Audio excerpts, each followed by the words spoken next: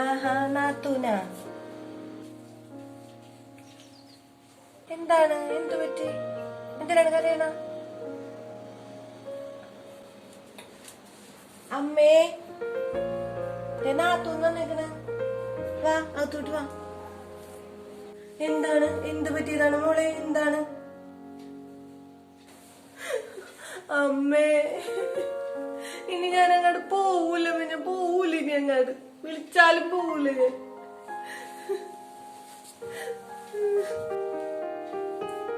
എന്താണ് നാത്തൂനെ, എന്താണ് ഉണ്ടായത്, പറ. മോളൊരു കാര്യം ചെയ്യും, ചേട്ടനെ വിളിക്കും. ഇതിനെന്തായാലും ഒരു തീരുമാനം ഉണ്ടാക്കിയിട്ടുള്ള ബാക്കി കാര്യം. ആ ഞാൻ പറയാം. വിളിച്ചോ അങ്ങോട്ട് പറഞ്ഞു വിടാനല്ലേ നിങ്ങൾ നോക്കണത്. ഞാൻ പോവൂലെന്ന് പറഞ്ഞാൽ ഞാൻ പോവൂല. ഇനി അങ്ങോട്ട് മതിയായിരിക്കും.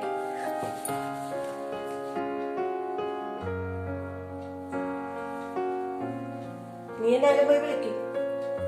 എന്നിട്ടേ ആ അനൂപിന്റെ അടുത്ത് വരാൻ എന്തെങ്കിലും പറ. എന്തായാലും ഇത് ഇന്ന് തന്നെ എന്തെങ്കിലും തീരുമാനം ഉണ്ടാക്കണം. ശരി, ആ ഞാനെന്നാ വിളിക്കട്ടെ. മോളെ വാ വാ ഇരിക്ക്.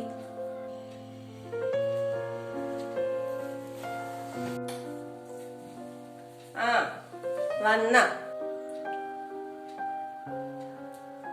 എന്താണ് എന്റെ മോള് കറഞ്ഞോണ്ട് ഈ ഇടക്കട കൂടി വന്നത് ഇങ്ങാട്. നിനക്ക് എന്റെ കൊച്ചിനെ നോക്കാൻ പറ്റൂലെങ്കിൽ പറയടാ, ഇവിടെ നോക്കാൻ വേറെ ആൾക്കാരുണ്ട്. അമ്മേ അതൊക്കെ പിന്നെ സംസാരിക്കാം. അനൂപ് ഇപ്പൊ വന്നല്ലേ ഉള്ളൂ. ഇരിക്കട്ടാ, ഞാൻ വെള്ളെടുത്തും തരട്ടെ.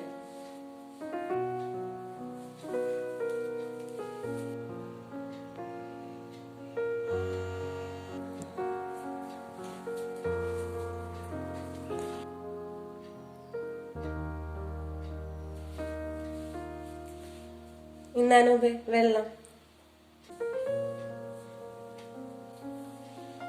ശരിക്കും നിങ്ങൾ തമ്മിൽ എന്താണ് പ്രശ്നം? ഇപ്പൊ ഇടക്കിടക്ക് ആളിങ്ങനെ ഇതേപോലെ വഴക്കിട്ട് വന്നിണ്ടല്ലോ.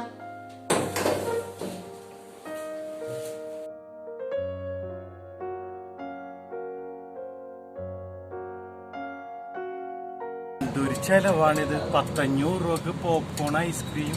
ഇതായിരുന്നെങ്കിൽ നിനക്ക് അച്ഛനമ്മനെ അനിയത്തിനെ കൊണ്ടുവരാഞ്ഞില്ല. നിനക്ക് അതൊട്ടും ഇഷ്ടവുമല്ല. ഓ അതിനിപ്പോ എന്താണ്? സിനിമക്ക് വന്നു കഴിഞ്ഞാൽ അങ്ങനെ കുറെ പൈസയൊക്കെ ചെലവാകും. അതിനിപ്പോ ഇത്ര പറ്റി ദേഷ്യപ്പെടാൻ എന്തിട്ടാണ്? എല്ലാവരെയും കൊണ്ടല്ലേ സിനിമക്ക് വന്നത്. മനുഷ്യ കുറച്ച് സ്വസ്ഥമായിട്ടിരിക്കാൻ വരുമ്പോഴാണ് അവരെയും കൊണ്ടുവരുന്നത്. ഇങ്ങനെയാണെങ്കിൽ ഞാൻ എൻ്റെ വീട്ടിലോട്ട് പോയിക്കോളാം. ഇതൊന്നും ശരിയായ ഏർപ്പാടല്ല. ഞാൻ രാവിലെ തന്നെ എൻ്റെ വീട്ടിലോട്ട് പോയിക്കോളാം. ഇത് മേലാൽ ഇങ്ങനെ പറഞ്ഞ് ഞാൻ ബുദ്ധിമുട്ടിക്കുകയുമില്ല. ഞാൻ പോയിക്കോളാം. എന്നാ പിന്നെ അതാണ് നല്ലത്, പോയിക്കോ.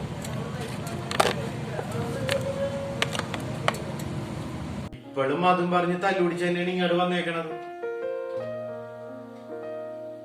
എന്റെ ഒറ്റ വരുമാനത്തിലാണ് വീട്ടിലെ കാര്യങ്ങൾ കഴിയണത്. അച്ഛനുണ്ട്, അമ്മയുണ്ട്, കല്യാണം കഴിപ്പിക്കാനായിട്ട് ഒരു പെങ്ങളുണ്ട്. ഈ കാര്യങ്ങളെല്ലാം നടക്കുന്നതിനിടയിലും ഇവളുടെ കാര്യത്തിൽ ഒരു മുട്ടും ഞാൻ പറ്റിയിട്ടില്ല. ഇവൾക്ക് എന്താ കുഴപ്പമെന്ന് വെച്ച് കഴിഞ്ഞാൽ ആഴ്ചയിൽ 2 ദിവസം പുറത്തുനിന്ന് ഭക്ഷണം കഴിക്കണം. പിന്നെ അതുമല്ല, ഈ അടുത്തുള്ള വീട്ടിലെ അവരെന്താണ് ചെയ്യണത്, ഏത് സാരിയാണ് ഇടണത്, ആ സാരി വേണം, ഈ ഡിസൈനിലുള്ള കമ്മല് വേണം. ഇതിനെല്ലാത്തിനും നമ്മളെ കൊണ്ട് ചെയ്യാൻ പറ്റുമോ? ഞാൻ ഇവളോട് പല പ്രാവശ്യവും പറഞ്ഞിട്ടുണ്ട്, നമ്മളുടെ വരുമാനം എന്താണെന്ന് കണ്ടുകൊണ്ട് അത് കണ്ടിട്ട് ജീവിക്കും. നമ്മൾക്ക് വരുമാനം ഇത്രയാണ് കിട്ടണം. അതിന് കൂടുതലുള്ള ചെലവ് ചെയ്ത് കഴിഞ്ഞാൽ നമ്മൾ എവിടെ ചെന്ന് എത്തും?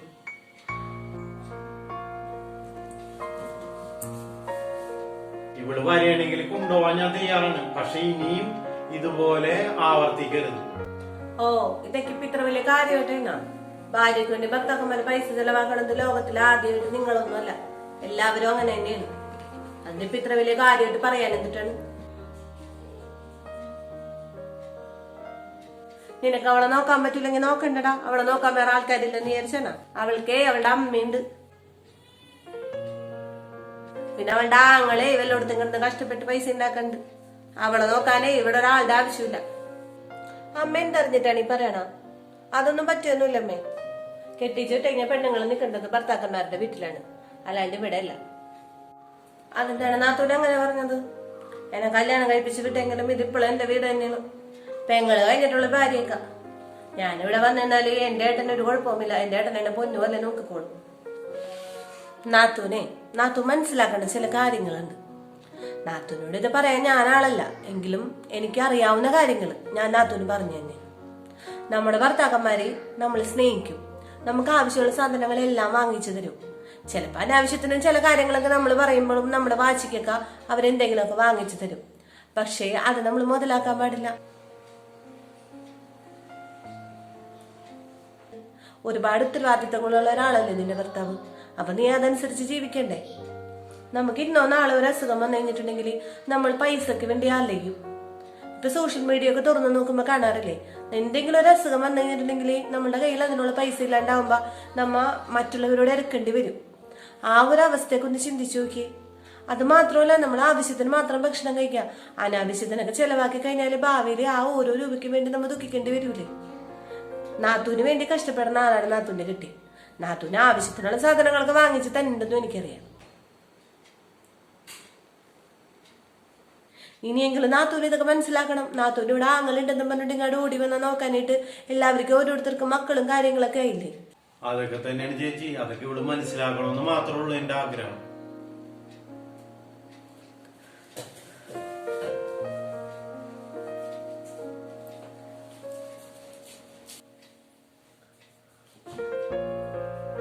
ഇതിൽ കൂടുതലൊന്നും പറഞ്ഞു മനസ്സിലാക്കാൻ എനിക്ക് പറ്റൂല ചേച്ചി. അവൾക്ക് വരാൻ പറ്റേണ്ട സമയത്ത് അവള് വരട്ടെ, ഞാൻ ഇറങ്ങിയാണ് എന്തായാലും.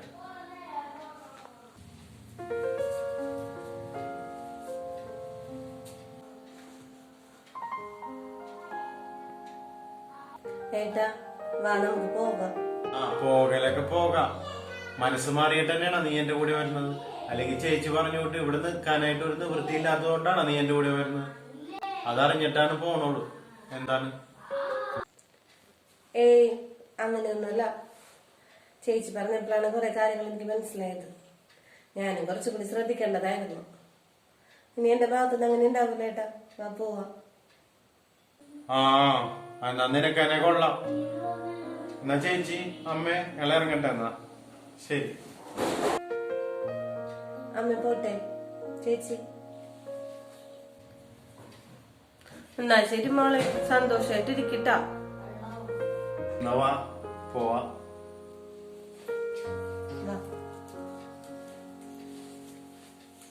ഈ കഥയിലെ കഥാപാത്രത്തിനുണ്ടായ മാറ്റം നമ്മളിൽ പലർക്കും ഉണ്ടാവേണ്ടത് തന്നെയല്ലേ? പണം അത് ആവശ്യത്തിന് മാത്രം ചിലവാക്കുക, മറ്റുള്ളവർക്ക് അത് സ്വന്തം കൂടപ്പിറപ്പായാലും അവർക്കൊരു ഭാരമാകാതിരിക്കാൻ ശ്രമിക്കുക. Thanks for watching.